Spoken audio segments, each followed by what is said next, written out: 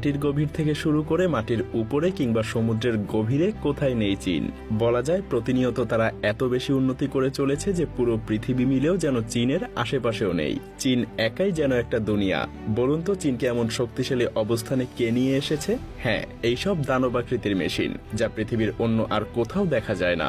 কি এমন মহাশক্তিশালী মেশিন চীনের ঝুলিতে আছে যা দিয়ে সে পুরো পৃথিবীকে গ্রাস করে নিচ্ছে? দেখতে ইচ্ছে হচ্ছে সেই দানবগুলোকে। বেশ, চলুন দেখে নেওয়া যাক। লেভি